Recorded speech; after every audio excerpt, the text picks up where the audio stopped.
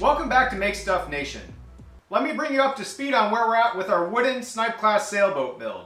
I've decided that I'm going to do a preliminary finish on the bottom and sides of the boat before I flip it upright and start working on the deck work and interior. I'll still need to do a little bit of finishing work on the bottom once I get the daggerboard case installed, but this will help protect the boat when I have it upright and I'm finishing the deck work. The first thing I did was move up to the front of the boat and started putting the radius on the stem cap. To radius the stem cap, I tried using my power sander, but that just wasn't working so well. So I did most of it with sanding blocks and just good old elbow grease. It was a lot of hand sanding, but I was able to get a very nice radius on the stem cap and blend it in with the keel, bottom, and sides of the boat. Next thing I needed to do was clean up the bottom and side panels from epoxying them in place and get them ready to fill the holes from the screws we used to clamp the panels on.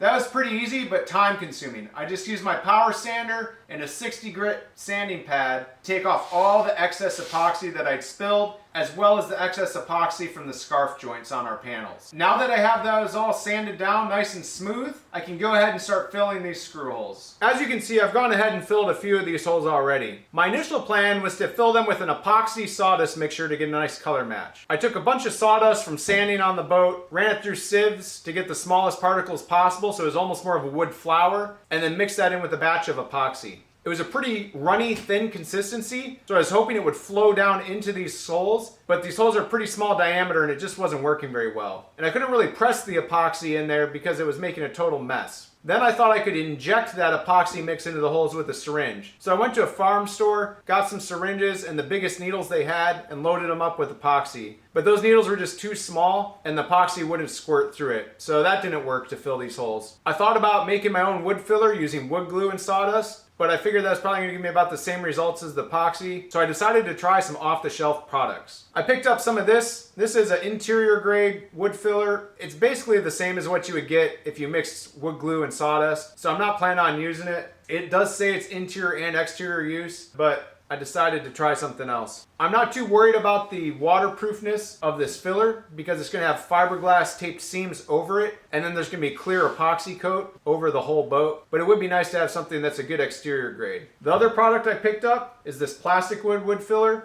It says it's an interior and exterior grade. It works pretty well. You can use a trowel to press it into the holes. The one downside is the solvents in this evaporate incredibly fast, so you have to work pretty quick. And if you forget and leave the can open in between, it's gonna go bad on you. So I'm gonna continue to fill all these holes with this plastic wood stuff, and we'll see how it goes. After I get them all filled, I'm gonna let it cure, and then we'll sand it smooth, and we'll be ready to fiberglass tape.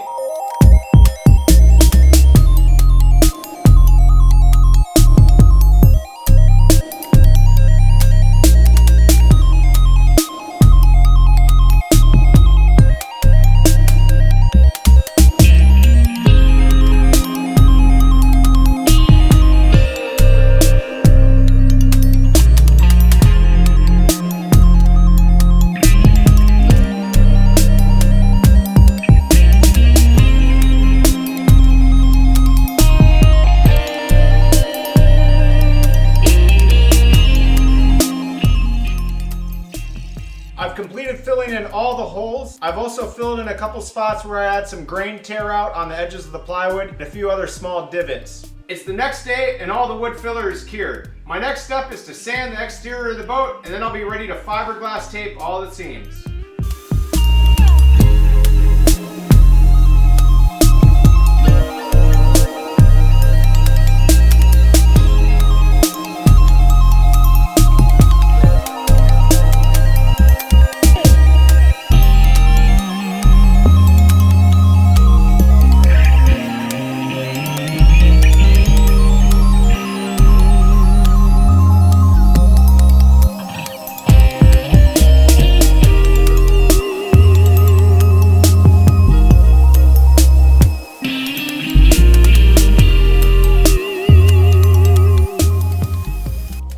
Sanding off all the excess wood filler from these holes and have checked the bottom and sides for any other spots I missed. It's nice and smooth and ready for fiberglassing. To fiberglass these seams and joints, I ordered some 4-inch wide woven fiberglass material. It's a 6-ounce weight. What I'll do is I'll mix up some epoxy, I'll put a little on the boat and use that to stick the tape in place. Then I'll wet it out using additional epoxy with brushes, squeegees, and rollers. And Alan's.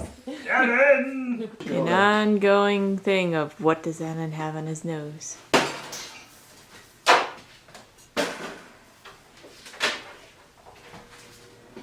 Oh, thank goodness. And now the blanket. Oh, yes. Oh, thank you, John Michael. Here. No. Don't put it I don't want to on. lay on that. I don't like it. Sit on it. Thank you. I'm going to start with these short seams back at the transom. I'll measure out the fiberglass tape, cut it to length, and then we'll epoxy it.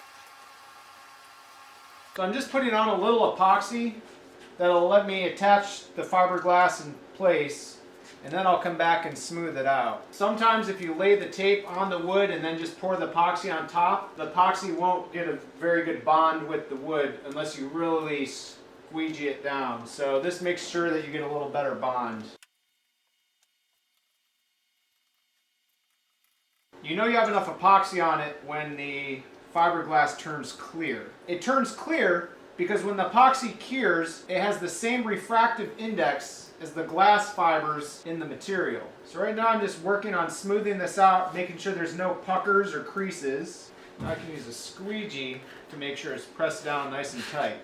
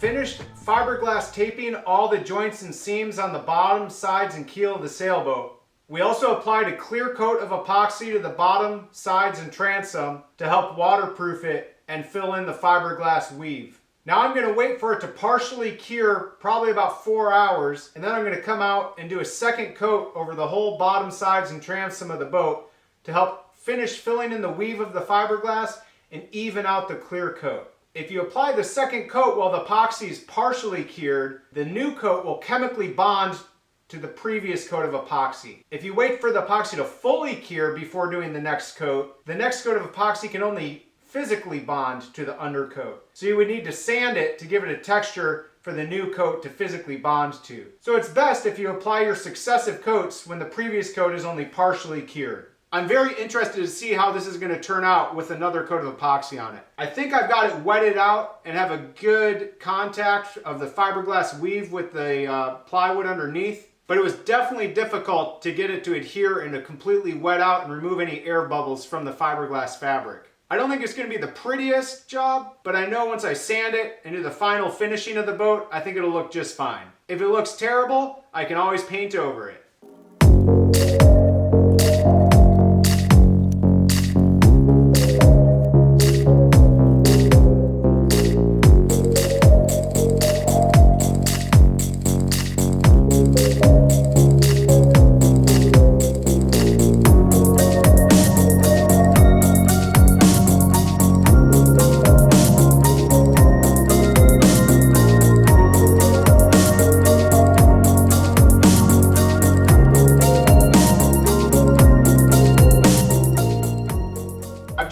Applying the second coat of epoxy. Neither the first coat or the second coat was perfect, but this was my first attempt at any sort of fiberglass work, as well as doing any sort of epoxy coating. So I'm pretty happy with it. When I go to do the external finish of the boat later on, I'll be sanding and polishing the outside of the boat. That should really help even things out and make it look good. If it doesn't look good after sanding and polishing, I can always just paint the boat. This is the last coat of epoxy finish I'm going to apply for now. I'm going to let it cure for 24 hours. Once it's completely cured, I can flip the boat upright and start working on all the deck work and interior structure of the boat. I'm going to leave that for the next video because I want to keep this one short and wrap this up. I hope you found this video entertaining and useful. If you have any questions or comments, please list them down below and I'll try to reply to them. Also, if you have any questions about materials I've used, I have some Amazon associate links as well as other links to suppliers I've used down in the description.